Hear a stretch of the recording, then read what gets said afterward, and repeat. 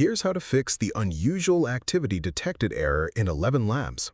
This error appears when ElevenLabs flags your account or session as suspicious, usually for one of three reasons: corrupted session cookies, a VPN interfering with your location, or an account associated with a disposable eval that the system treats as a free credit farming attempt. Start by clearing your ElevenLabs cookies. Go to your browser's privacy or site settings, find all site data and search for ElevenLabs. Delete all associated cookies, then log back in and try generating again. Cookies can store a broken session state, and clearing them forces a clean login, which resolves the error in many cases. If that does not help and you're using a VPN, turn it off. ElevenLabs uses your IP location as part of its activity monitoring.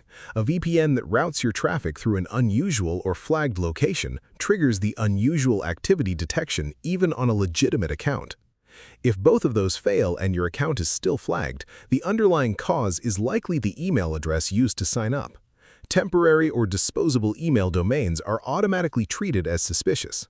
Create a fresh account using a trusted email like Gmail, and the issue typically disappears. If this helped you out, hit that subscribe button for more straight-to-the-point tutorials on Step by Click.